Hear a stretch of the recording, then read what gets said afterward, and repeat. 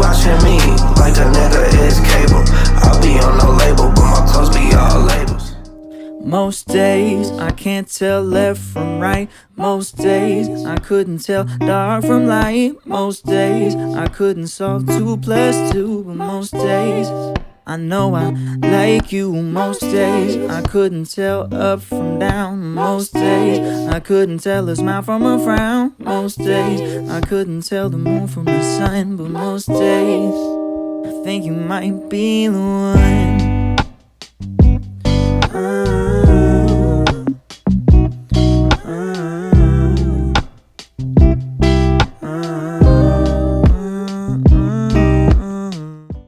Yo, what's up? Welcome back to another episode of a No Label Convo. Here with my boy Nell. What up? How you feeling, man? Feeling good, you know. All right. So this episode, we got another special guest. Yeah, the homie. We met working, doing stage productions, like chopped it up, and he evolved into this amazing artist. Like to introduce my boy, Kevin Spears. Kevin Spears, how you doing, man? Feeling good, man. A little tired, but Hell yeah, he's partying hard last night. feel centered. No, not too hard. Yeah, you know, Be Corona. responsible. Damn. Not too hard. So yeah, I didn't really know about your music or even really hear of you until like Nelson. He was like, yeah, my man's Kev. I think we should do an interview and da da da. So when I checked out your music, I'm like, yo, how the fuck did I know about him? Like, I'm like, this motherfucker could do everything, like all genres, like jazz, soul, R&B, hip hop, production side, and like your own music as an artist. So Thank you, man. I definitely want to give you those shout outs right there. Hell yeah. So let's say, like, where did it start for you musically? When did you know like this that shit? It took, I think, everyone else around me knew it before I did. They seemed to, at least. I took piano lessons as a kid. I came from a very musical family, so like I come from a very big family, and they all play in like church and stuff like that. So Right. they sing in church. Like your siblings and cousins? Oh yeah, cousins. Like my parents like sing in their choir and stuff. Right. It was just like definitely in my blood. But I took piano lessons as a kid, and I always loved it. Funny enough, as a kid, I was much more of like a video person. I made like little movies and stuff all the time. So like that was my thing growing up. And then around high school, I discovered FL Studio, of course. And I was like, because I would like download free programs and shit. Okay. I tried some stuff out in like 6th grade. I had some programs like Mixcraft, I think it was called. Mixcraft 5. Someone watching this podcast will know Yeah, they go. Let us know in the comments. So I downloaded that as like a free program, and just fucking around. I didn't start taking it seriously until like the end of high school, because like when I was like 14, I just downloaded FL. What high school you go to? I went to Canisius. Oh, okay. Yeah. Where? Yep. I do remember that. So I started making FL beats with some of my friends. And then like sophomore year, I had a song like start getting some attention on SoundCloud. Okay. And I was like, oh shit. Yeah, because your What song was that? It's called Shifty, I think. It's like this beat. Yeah. It's got like 400,000 plays or something. 400, 500. But I just remember I like made a Vine or something, and it like the Vine kind of blew up, and people were like, oh, yo, we need this beat. And I was like, really? I was just fucking around. Yeah. Like, it was just a dumb beat that I made. I didn't think of anything of it. And people How long like, ago did you say that was? I was like 2014, maybe 13. That's I'm wild. not even sure. But like, I was like, whoa, people like this. Yeah, Like, on the humbug. maybe like, I could do this a little bit more seriously. So I started like learning more instruments and stuff. I like picked up the guitar again, because I had a guitar, you know, as a kid, like laying around the house, but like I never picked it up really. I would pick it up every few months and like learn one, you know, like one Led Zeppelin song or something, put it back down. That's one thing I love about you, is like you ain't a one trick pony. Like you're really gonna start on the keys, do another video, you're on the guitar, next one you're on the bass. Jack of all trades. Jack of all trades. Yeah, so I started picking up more instruments like throughout high school. Picked up guitar, started learning drums and stuff. I never took lessons or anything for anything else other than piano. I just kind of played until I sounded decent. But like, so as college started to roll around, I was like, man, maybe I can do something more with this. And I met some other people that were like-minded. I was in a few different collectives here and there. You know how it goes. Went by a few different names. What was your first name, like artist name? I never had a stage name. Okay. I've always been Kevin Spears because I was like, fuck it, I have a name already. I don't why do I need to change it. But our first like collective was FAM. It was called FAM, FAMM. And it stood for Finesse and Move Mob. When we were like 17. Come on. I can't take credit for that one, but we were the Finesse and Move Mob. That was the first one. And then we were CVO, which was Create and Live. That was like, we had a bunch of like dancers and like artists and stuff. This was before there was an underground scene that we knew much about, so we were kind of trying to start our own thing. We had like 30 different people in this group. It was like eventually people went off and did their own thing. Like a lot of like our dancer friends moved out to LA and stuff, started dancing like for real, and a lot of other people just like branched off. If you know like K-Rob, like LME Collective, maybe no faces. Yeah, I know Spado. faces. I don't know if you know any of those guys, That but name sounds super familiar. they were like in CVL at the beginning of it. Like a lot of people. So were you in these groups when we were working together? Like we was working? Nah, this was before that. This was like freshman year of college, I think. So like 2016. Where'd you go to college? I went to Duquesne in Pittsburgh. What made you want to go there? The business school. random. The business school. There was a good marketing program. So that was your major, business? Yeah. I didn't like it. Actually, I didn't really like Duquesne that much either, to be honest. I thought, because I remember when we would be at work, you'd be chopping it up about how y'all be creating music out there. I'm like, I gotta go. I wish that I had gotten more into the local Pittsburgh scene down there. I just didn't mesh that well with Duquesne. It was a lot of the same type of people that I went to high school with. Yeah, Catholic. School. Yeah, like the private Catholic. There's a lot of money at that school, and I just didn't like mesh well with a lot of those people. No, that makes sense. Was it an all boys school like Canisius? No. Oh my god. Go to all boys college. If I went to an all boys college, I would be a very different person. I think. You got to. That would be no. I couldn't imagine, man. Oh my god, high school was enough. All that testosterone around. But like, yeah, I don't know. I just was like, these are the same people I went to high school with. Like, it felt like high school again. So like, I know that. No disrespect to those people, you know what I mean? But I just didn't get along with a lot of them. Yeah, it's just evolution. By the end of it, I wasn't like a huge fan of my school, but I liked Pittsburgh a lot. I met my now girlfriend there, so hey, something good came out of it. You know what I mean? It was worth it. I also it was pretty expensive, so I went into some debt. With some loans, man. Yeah, we all do. But you know, it is what it is. So college was a big time for music and like finding myself, as it is for a lot of people. So yeah, because that's one thing I appreciate about you. Is like when we met, when you came back when you would be in the summer, we would do stage work. Over with Indigo Productions. So we would be at concert. Me and him would talk music all day, and we'd messing around learning how to connect wires, how to do all that stage shit. Awesome. Yeah. Oh yeah, that's where you learn how to rap the chords and all that. Like a pro. Yeah, we were rapping chords like. Oh yeah, all day, like experts. Moving road cases like an expert. Oh my god. Yo, so one thing I noticed like working there, it kind of prepared me for the business side of music. Because like prior to that, I didn't know. Yeah. Like I remember seeing some big warehouse. I'm like, fuck it, I need a job. I'm gonna go. This is a music place. I'm going. Sick. Yeah. Yeah. So I ended up there, and I didn't know. I was so surprised how much I learned. Yeah. So like you being an artist and working in those like backstage production stuff. Did you pick up anything? Definitely. I picked up on like not only the technical stuff, like you said, like setting things up physically, but also just like touring and like being on stage and like talking to big touring acts and stuff was really cool. It was like, okay, I could do this, you know what I mean? Like these are just normal dudes, like they're having a good time, like probably getting drunk before the show, literally. And just doing their thing, moving on to the next city. So I was like, it was cool to meet those people. And there's a lot of crazy people, as people describe about the music industry. So like that was cool to see too, is meet these like characters. But yeah.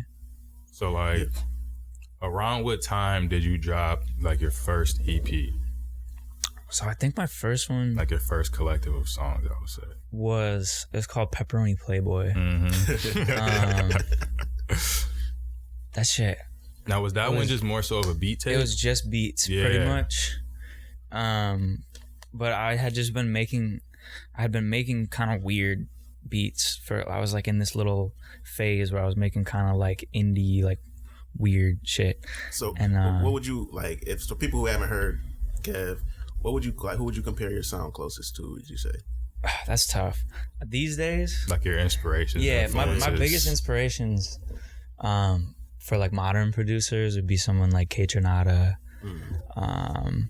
any of like the lo-fi like beat scene like LA guys, Kiefer, Mind Design, people like that. I like the lo-fi sound, and then a lot of like just classic like soul or like funk music.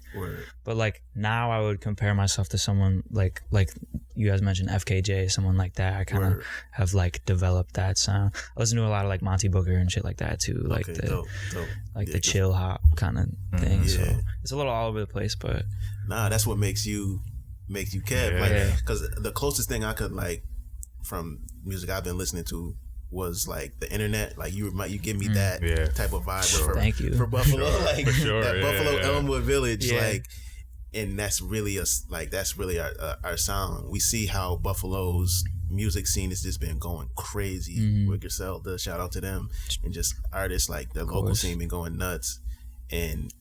But Griselda is so grimy. It's like it can limit what people think Buffalo is, right? And that's like that's why it's important we bring artists like you. Like, dude, I actually decided I'm gonna do Coke bars now. I'm switching it up. You gotta change your name. Get one of the WrestleMania names like them. Yeah, that's what I'm saying. Yeah, dog. But it's just like I'm happy to just like hear Buffalo really get its just due. And it's like we got artists like you who are getting 100,000 streams here and there, and then it's like, but we haven't heard it. You know what I mean? Like some people like how, because it threw me back when I was like, my boy Kev, this boy going crazy most days. I'm like, hell yeah. Video dropping on Monday, by the way. Come on.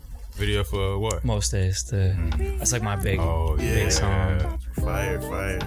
So yeah, that's definitely one of my favorites from you too. Most Thank days. you. Sure. That's a love letter, so it means a lot to me. Dope. How did that I won't say like how did it come about, but like what was that process going in? Like it being your biggest song, did it feel like, okay, this gonna be the one? Yeah, so I kind of sat down the one day and I was feeling like very gushy kind of, and I was like, I want to try to write a love song, like a legit love song, like a ballad almost, because I feel like people don't do that as much anymore. So I was trying to think like a classic love song, and I wrote it. I showed it to my now girlfriend who didn't know it was about her at the time. Come on. And I was like, do you like this song? She was like, yeah, it's really nice. But yeah, I think when I wrote it, I was like, this is a little cheesy, but it was good. I was like, oh shit, I'm Daniel Caesar. I might have done something here. Right. And I just kind of knew. I was like, yeah, this can definitely like get some traction. I think people will really like it, and they did. I got a little worried at first because, like, most of my releases as a pretty small time artist, like a few hundred plays, people will listen to it and forget about it. But like this one, that started to happen. I was like, shit. And then I saw that like it got on like an algorithmic playlist, like Discover Weekly or something on Spotify. Wow. Like I looked at it and it was like 1,500 plays in a week or something. I was like, oh shit, it's happening. Playlist is crazy. Yeah, and then it's just been like steady with the plays since then. So it's just been spreading through word of mouth. Yeah, like it's been pretty natural numbers, which makes me really happy. Like I haven't done any promotion on it or anything. Yeah, that's so beautiful. Like Spotify put it on people's Discover Weeklies, and that was that pretty much. So do you have plans to do more promotion? Like, I just want to let it like marketing blossom. Yeah. That song, we have a lot of stuff in the works for our collective right now. So and we're trying to Free Music Party. Yep. So we're getting our like marketing in order for that kind of stuff, which funny enough, I have a marketing degree and it's like my least favorite part. Right. But like I just want to make the music and put it out there and be like, please fuck with it. You know what I mean? Know that feeling. But you gotta do it. You gotta play the business side a little bit. So we're working on that right now. But like with most days, I'm like, it's out there. I just want it to like do its thing. I'm happy. People like it. Makes me happy. So like, if they really fuck with it, as much as they seem to, which it seems like they do, then I think it'll just like grow into its own thing and it'll be really cool. Yeah, because that's super rare. Like that's super rare today, in where you organically get these spins, and it's like that's how you make a real fan base. Like so many people will blow up trying to chase a sound, be cheesy, and then they fade to black. Like and it's like, what happened? And it's like the fact that you're able to have multiple songs in 100Ks is like off organic. People genuinely fuck with you. That means so much, you know. Like, bro, don't underestimate that. Numbers, very true. To me, like, aren't always the end all be all, but like the fact that people are listening and they genuinely like it, like that's all that I really care about. That impact, and hopefully the money will come next, you know, because like for sure. We're trying to do this for real. It's about time. Just turned 22. Not like I'm old, but for this kind of industry, it's like this is I'm ready to capitalize now. Yeah. Has anybody like reached out? Did like Spotify or anybody reach out? Type? Nah. It's coming. Don't worry about that. It's coming. I'm waiting for the day, but for now, the Free Music Party and I, we're just focusing on making music right now and trying to get a little plan of action together. I'll always have my solo music because, excuse me, I just like making music in general. So like, I'm never gonna stop doing my own stuff, and that's always like a fun release for me. You know what I mean? Like I can do side projects, and I don't have someone being like, "Oh, can you tweak this? Can you make it?" You know, I like to just shut myself in my room, possibly consume mind-altering substances and what you go. I ain't gonna lie, since quarantine started I got into shrooms. That's I don't know who's gonna be watching this podcast, but I also sorry, Mom, but that's delved into that realm over quarantine. I also took my first trip, and that was really cool. I don't think it'll be like a regular thing for me. I'm definitely not like a drug person, but like every once in a while, like it's kind of like a reset. That's exactly what I was about to say. But shit, I'm a musician, so who knows what's gonna happen. So your first project was Pepperoni Playboy, which is a beats tape. What was the first project where you decided to like start laying your own vocals on there? So the first one where I had any vocals on, I think, was called Consistently Consistent, which was like a dumb play on words. I was like, oh, my music's all over the place. So it was like the opposite of that was being consistently consistent. That was the first time I only had vocals even on like maybe 2 of those tracks, like backup. And then I had one called Ferris after that, where I started like using my actual voice. I was like, well, it's hard to get exactly what I want out of someone else's voice, you know what I mean? Like it's never gonna sound exactly like what's in my head. So like, why not just try to record some stuff? And so that's kind of how it started. Like, was Ferris on Cold Cuts or was that just a single? Sorry, was it a single? Ferris was an EP that I did. Ferris, so it was kind of like a collab project. I had like 5 or 6 other artists featured on it. And then Cold Cuts was my first like solo thing, pretty much. I had a couple features on it, but I did vocals on every track, which is the first time I've ever done that, and I'm so proud of that project. I love that project so much. It puts me in a very relaxing place. So it means a lot. That's needed. Like you definitely have like, I would say like quarantine music. Like you can really be in the house chilling, vibing out. Because that's what I'm doing when I make it. So it's like and it's like providing that for people in this time. That shit is essential. That shit is essential. So where does that like vibe out, like soulful element come from in your music? Man, I have no idea. Really? My boy got that glow. He I'm said, not born sure. with it. I've always known what I like. Mm-hmm. I've always, when I took piano lessons, I didn't practice. I didn't read the sheet music. I just memorized it by ear. And then I would go and I would pretend that I was reading it off the sheet music and I would just play it. So I always had a really good ear. That was like my strong suit. So like as I listened to music growing up, I knew what I liked and I wanted to like emulate that. I think that's how most people start with pretty much everything. Like you hear your heroes and you want to sound like them. And as you like get your different influences and like different tastes, you find your own kind of lane. So I think it was just it was like nature over nurture. Like the stuff that I was consuming, I was pretty much like spitting back out until I had my own like mold and like process. Okay. So I'm just like a combination of all the things that I've listened to. But I just like to really answer your question. I know what I like. So like I know that I like smooth bass. I know that I like drums that hit. I know that I like electric pianos, like the Rhodes and the whirly. Like I know what I like and I know what sounds good. So that's kind of how I've like landed where I am now, I think, with my sound. Dope. Yeah, I'm trying to like help people understand like our relationship, because how we met. Just I didn't necessarily know you was an artist when we jumped off and met. You had we were just like hair. Work friends. Yeah, and then it was just like I watched you evolve into the person we are now, and it's like I hear the music and how it evolved.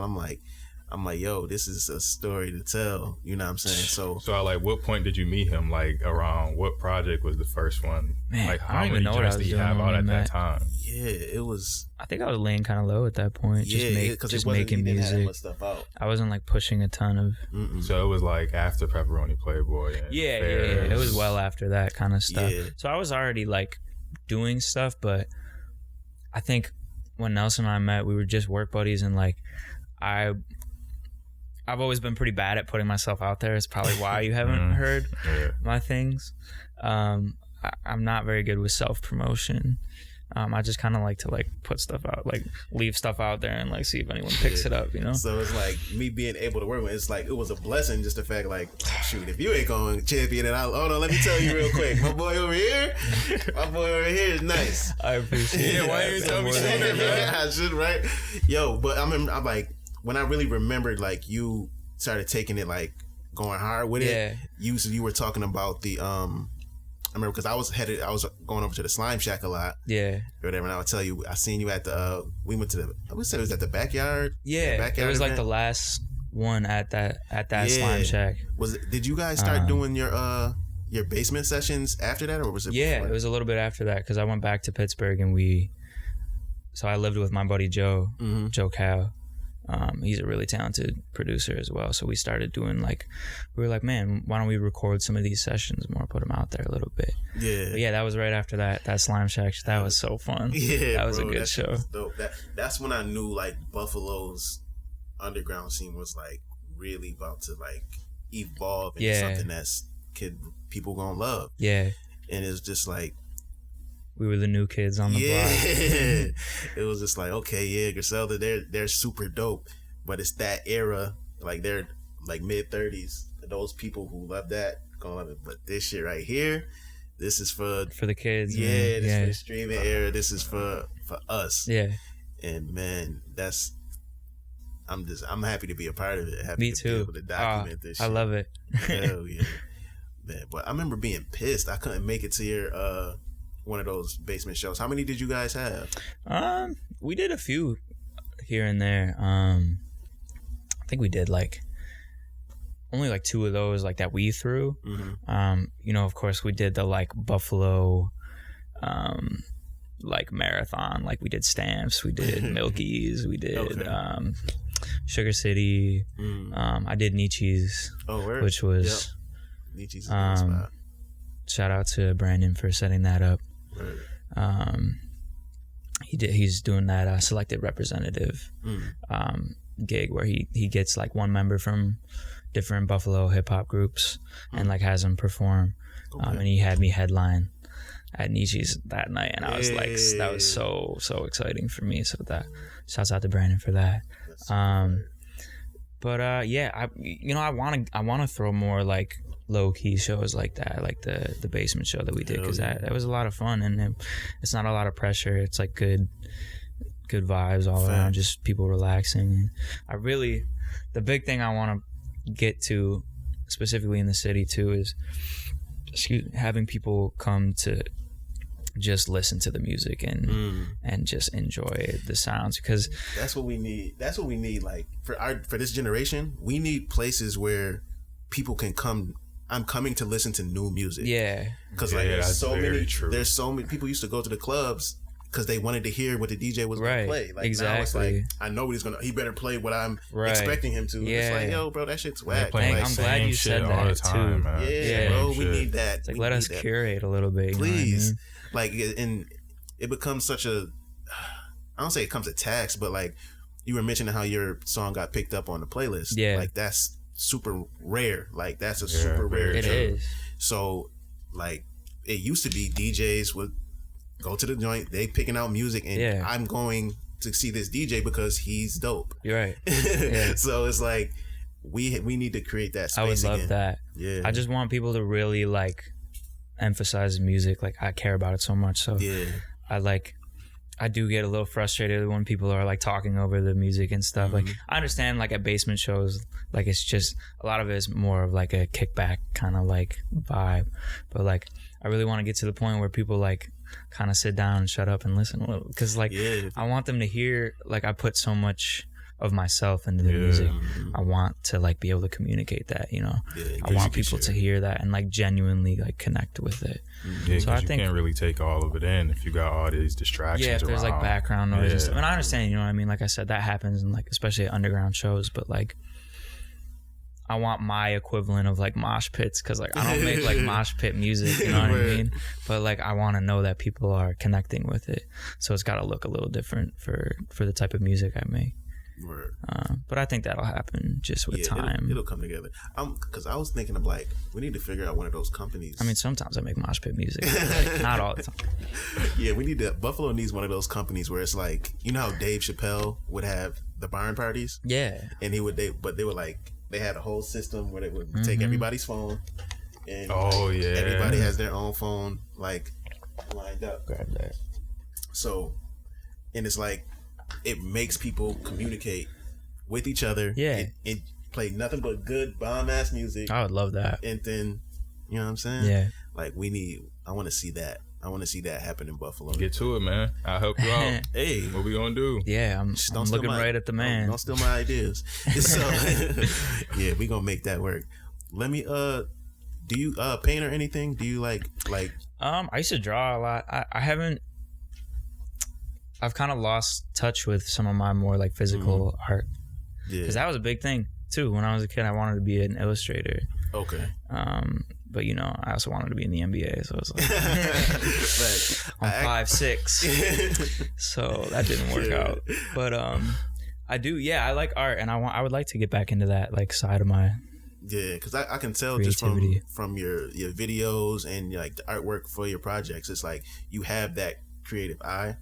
Because like one of my favorite videos when you had the robot. Yeah, I love that video. I was like, yo, this shit is hard. I love that video. Yeah, so I'm like, I could definitely see your eye as well as your ear with the music. Thank you, man. I love visual art. I'm a film buff, so which I kind of discovered about myself. Like, I'm surprised it took me this long to like get really into movies, because like I liked movies, but like when I was like 18, I finally like started watching movies with like all the lights off, everyone shut the fuck up, like I'm zoning into this. Like I love every little detail. I just discovered like a couple years ago that I like just love films. Like YouTube channels I like watching when they're breaking them down. Shout out to Studio Binder. Yeah, that's what I like. I'll look for the extended videos, like let's say like when Kanye dropped Runaway. Yeah, beautiful. The mini movie.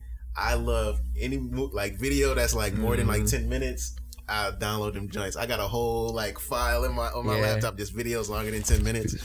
All of that shit. That's probably a file name too. Yeah, literally. So it's like, man, I could see your craft evolving into that shit. What's one of your like favorite like cult films? I'd say. Oh man, there's so many. For nostalgic purposes, I love Napoleon Dynamite. Like growing up, there's just something about that like weird like quirkiness and like the music in it, all the like little organs and stuff. That always stuck with me. Okay. I liked the weird shit. Some stuff that some stuff that I've discovered more recently.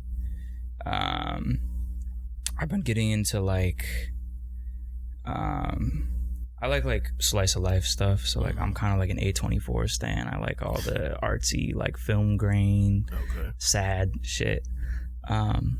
So shout out to A24.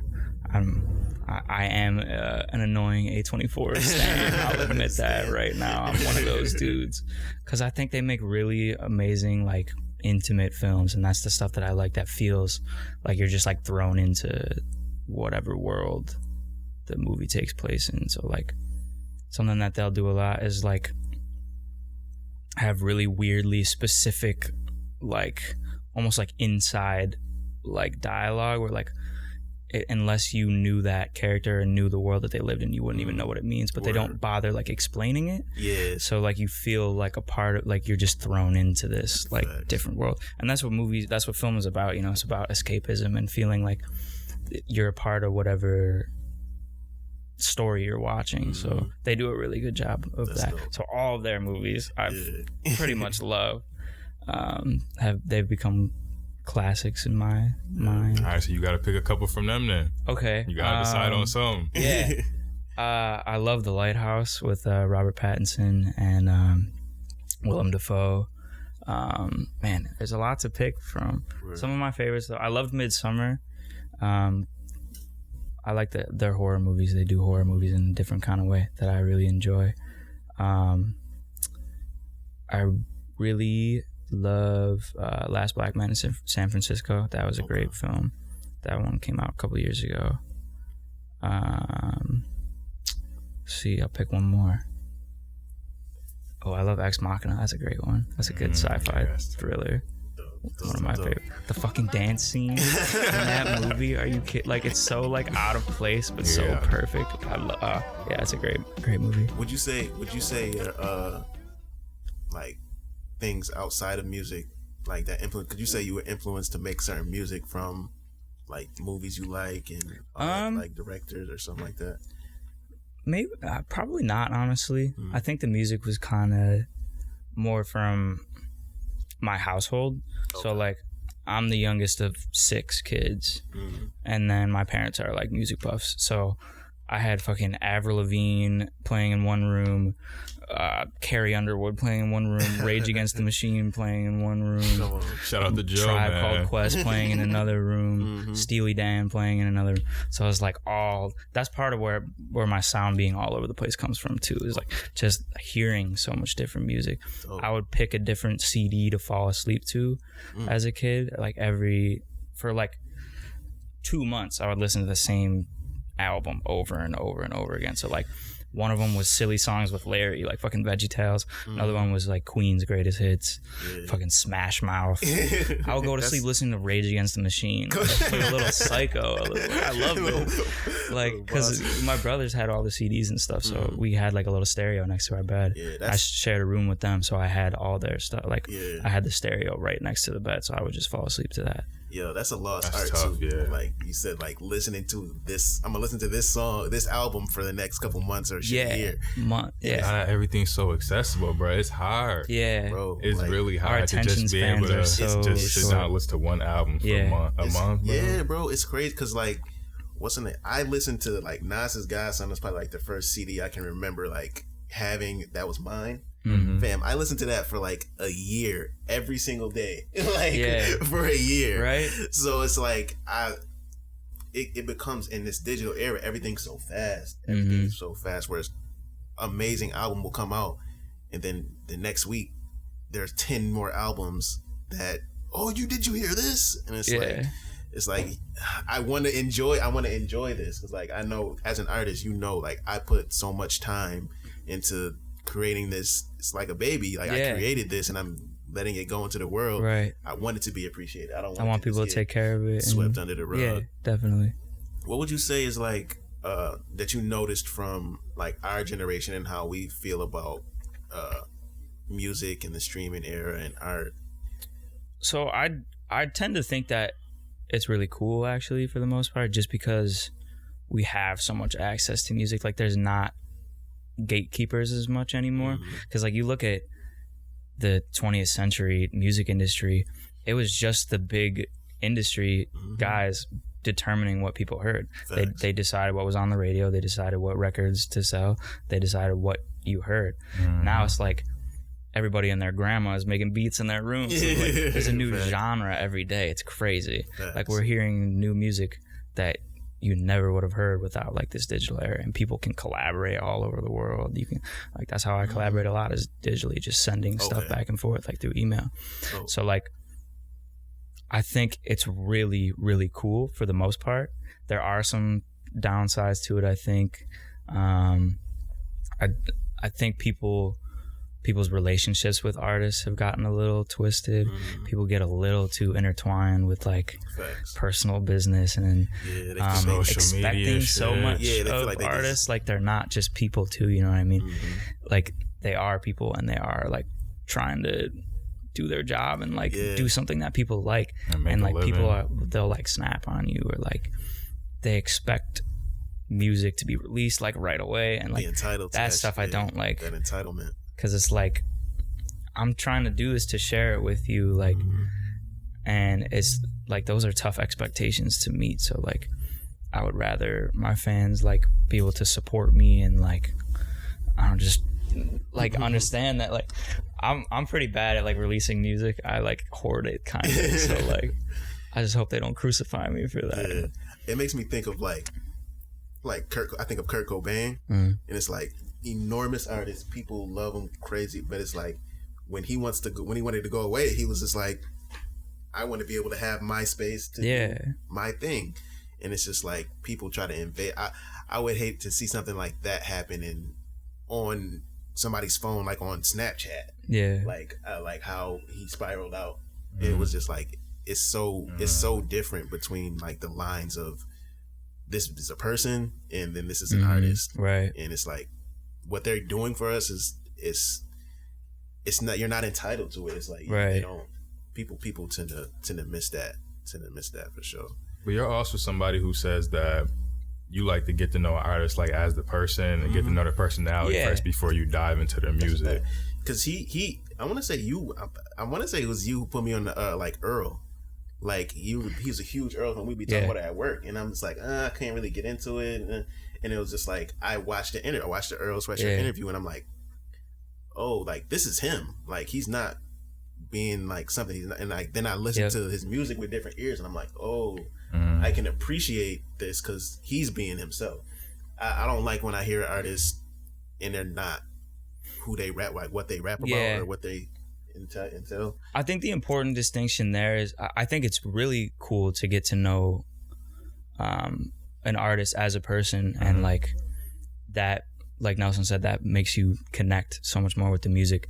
But I also agree with the distinction being when they get too caught up in stuff that's not their business, or like it's not their right to like talk about, you know, like any person will give you themselves and like how they want to represent themselves, but like once you cross that line, like they're giving you what they want to give, you know what I mean? Like you're not entitled to that whole person and like every little aspect of their lives, or like the way they move, or the stuff that they do. So like that barrier should be the music, the vulnerability they give. It's like what the artist wants to give is what they're trying to, and when people try to cross that line, and I don't know.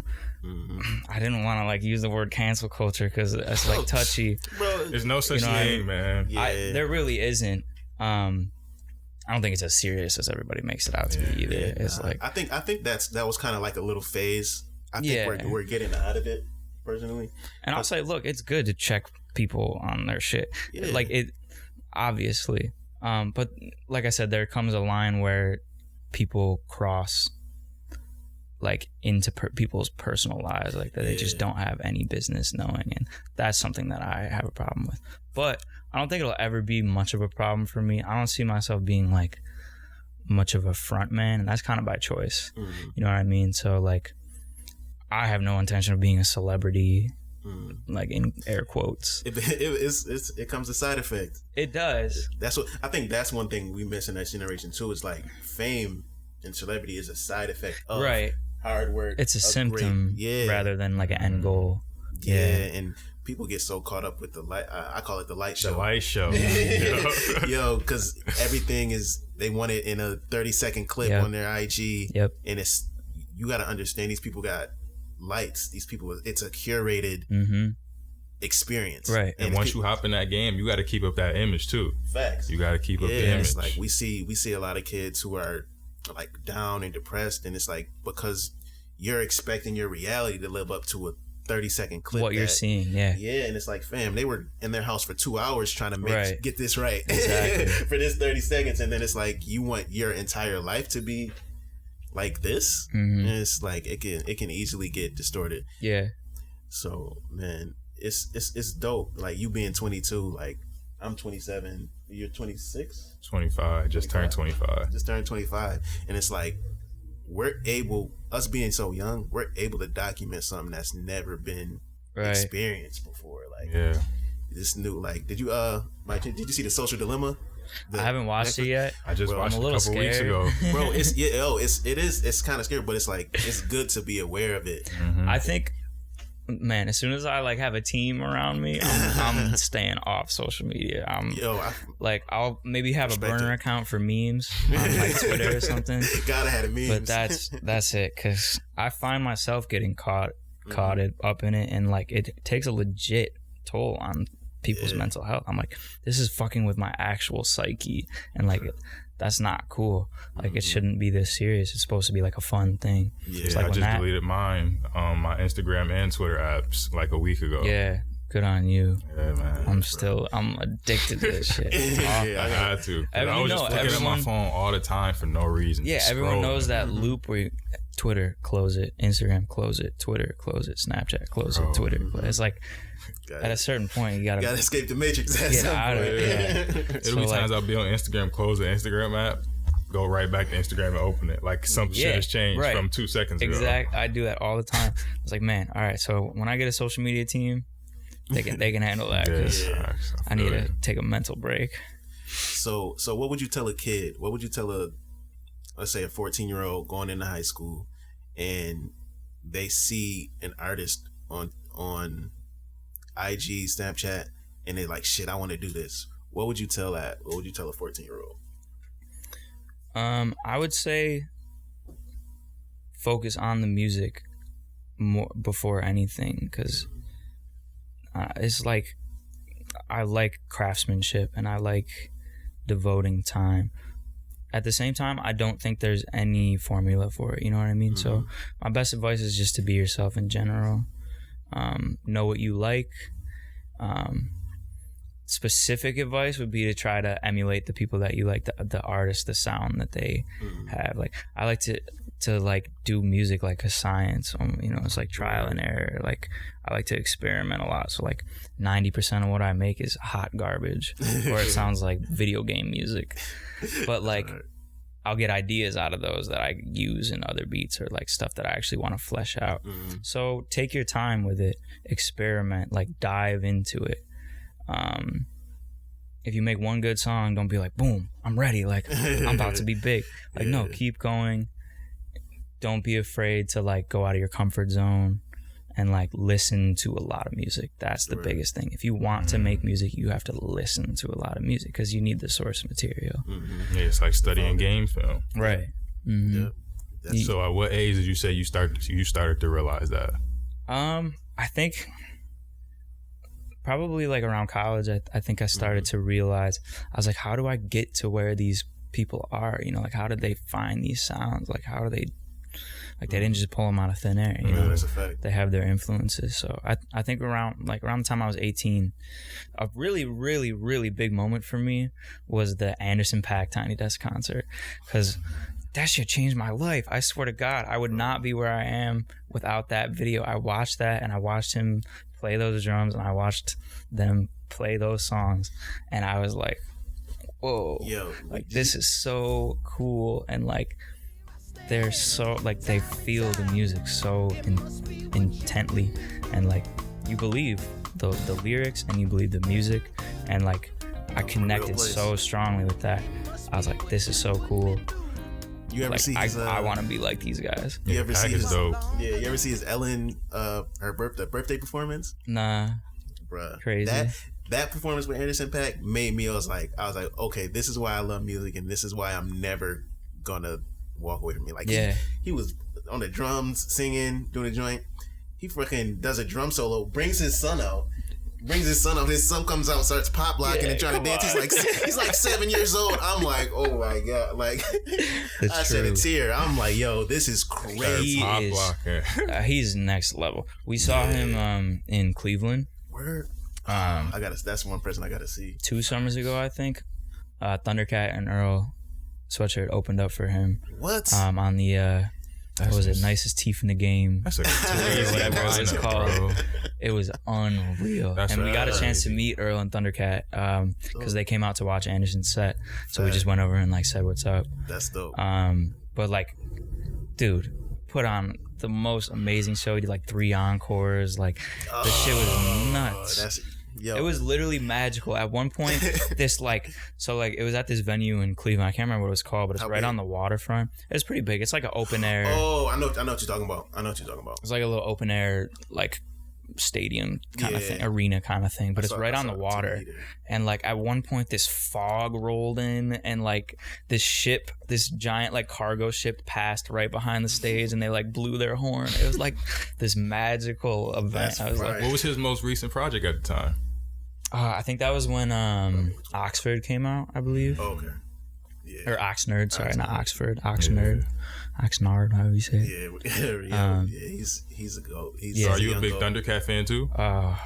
Absolutely. Yeah, I can see the influence. I knew it. He is my hero. I love him so much. I think he's so funny. I just want to hang out with him. He's hilarious. Thundercat, if you somehow see this. Did you see his in the cave with Kenny Beats? Yeah, of course. Right, that shit is hilarious. That's why I drink yerba mates. Not like, like I mean, it was just these are my heroes, man. Well, he had like 10 of them drinks. Yeah, he's drinking like 6. I'm not gonna do all that, but I love Thundercat so much. I love his music and just as a person. So that whole Cali, what they're doing in Cali musically is it amazing. Blows my mind because I'll find all these artists on their own, and then a week later they're working together. I'm like, holy shit! How do I get involved in this? Right. Yo, when I was in Cape Town, that's South Africa. They have a really West Coast vibe there too. Yeah. Like, yo, they listen to the Tupac every day. Like, that's awesome. Like, yeah, and it's like I'm trying to think. I'm like, yo, why does it feel like I'm on the West Coast right now? Yeah. And it's like, beach. They got the beaches, surfers. I'm like, warm weather music. Yeah. So I'm like, and they definitely they're big on the jazz out there too. The jazz, the bass, all of that. So they have some of the biggest concerts, and they love that West Coast sound. Yeah, that sounds awesome. Hell yeah. So, man, what else did I want to touch on? Okay, so in today's world, we got everything going on. Things are shut down. Yeah. People dealing with mental health. What would your advice be as an artist for somebody who was down in the dumps? Because we know how stressful the music industry can be. What would you tell somebody who's working towards a goal or just like in quarantine? And they need like any type of advice? I think it's important not to lose sight of why you started in the first place, which is hopefully for the music. Artists in general have a big ego problem. So I try to remind myself that like I'm part of something much bigger than myself. So like getting down on yourself can sometimes like be helped by humbling yourself a little bit. So I struggle with depression and anxiety, things like that. And one of like the mantras that I've tried to like develop for myself is like, I'm not immune to these problems. You know what I mean? Like I might be a shitty person sometimes, and that's okay. You know, I'm like, I gotta forgive myself a little bit. Like, I'm not immune to being sad or depressed. Like, a lot of people go through it, and sometimes you just kind of have to accept that as a part of life. It's ups and downs. So I think just like knowing that you're not alone, and that you're a part of something bigger, not even just with music, just like as a person, like we all go through that kind of stuff. So I think it's important to remember that you're not the only one experiencing stuff like that. And especially in times like this, it can be really hard. I know how hard it is to be alone with your thoughts sometimes. So if you're stuck in the house, get out of the house. Go for a walk. I don't care what you do. Get out of there. Because I know how it is. You get in that little thought loop. I definitely got to remind myself of that sometime too, for sure. You don't want to go anywhere. You know, it's like, it's very easy to fall down that rabbit hole. So get out. You gotta you really got to fight it. Yeah, especially for this winter hit. Like, that seasonal depression is a real thing. It is on real. top of very real. what's been going on in the world. It's definitely imperative that you step outside. Another thing I'll say too is don't be afraid to take a break, because I know a lot of musicians too, they're really they have really high expectations of themselves. So like, there are times when I need to step away from music for like a couple weeks, you know, like I don't even touch my laptop, and like that's really okay. Like, even if you have deadlines and shit, you got people yelling at you, you got to take some breaks every once in a while, because you'll drive yourself nuts. You don't have to be a top-notch performer and producer and rapper, singer, artist at every moment of the day. Like, you can let yourself turn that off, and like, if you don't even want to hear music, that's okay. Like, sometimes I'm like that. I don't even want to listen to another like second of music today. Like, I'm done with it, you know what I mean? It's like loved ones. Like, you need to be away from your loved ones every once in a while. It's like, you get into it with your siblings or your parents. It's like, I love you, but I need to be away from you right now for a little bit. You gotta hope it down to your personal. So it's like, it's okay to take a break for yourself. That's another thing that I think is really important. Word. And in today's time, we see like so many like social justice issues. So much going on this election time. One thing I saw you promoting, that a lot of your songs on Bandcamp, like you were promoting you were giving donations to like some social justice. You want to speak on which ones those were? And so we released a project on Bandcamp called Midnight Effect. Okay. And so we were donating all the to a STEM, most recent STEM project, program. right? Yeah. Called Black Girls Code. So it helps inner city kids like learn coding, specifically young girls, learn coding and like computer technology skills in underprivileged communities. That's dope. Is that in Buffalo? No, they're everywhere. So they have programs all over the country. Yeah, I'm gonna have to look into that. That's definitely dope. So I know it was a really tough time for everyone in quarantine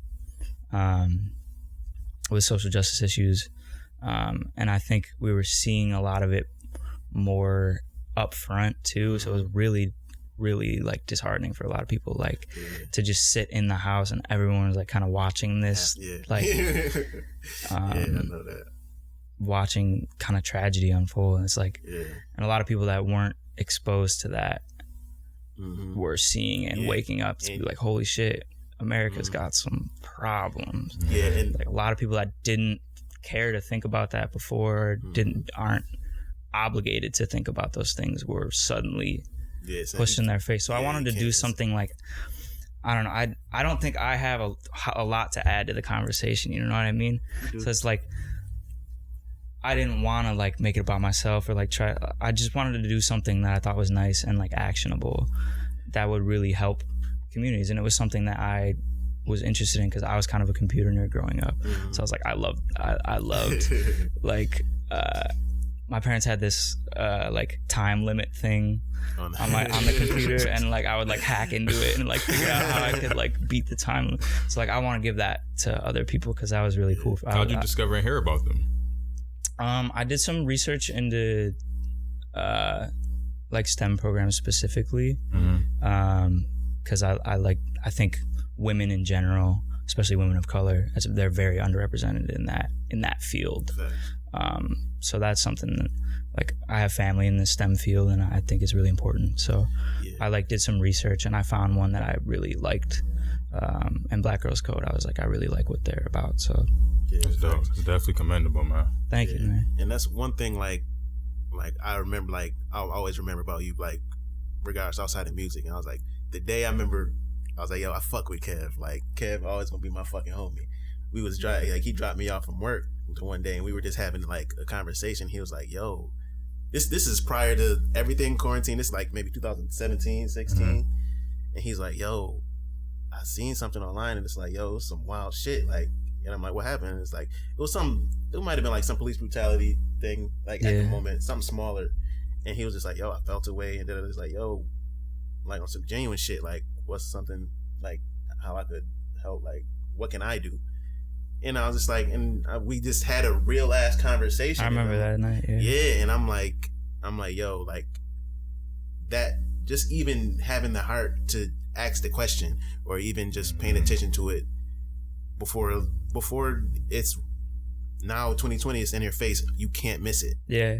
And it's almost becoming like trendy to be socially aware. Like it's like my man's was been on this way, you know what I mean? So it's like always gonna be my homie. That's what he naturally is. That's how he's raised.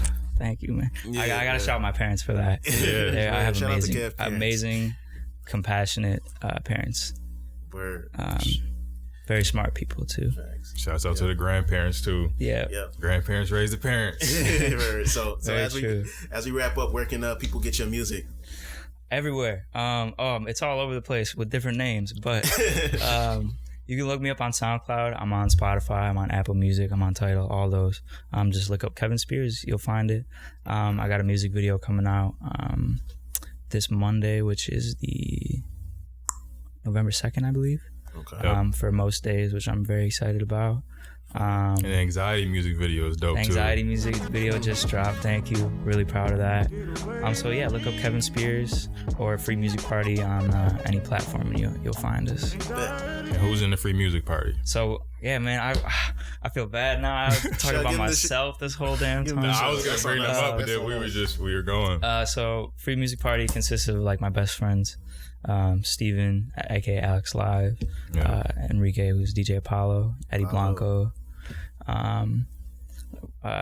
We got some friends behind the scenes. We got Max Cambria, we got Kalen Price, Joe Callahan, contributing from Pittsburgh. So we got some big stuff in the works. Hell yeah. I don't have too much to talk about. But shout out to them. I love them so much. Word. Shouts out to the team. We got a mixtape coming on the way. So word. Kevin Spears, the Free Music Party. Appreciate you for coming through, my boy. Thanks for having me.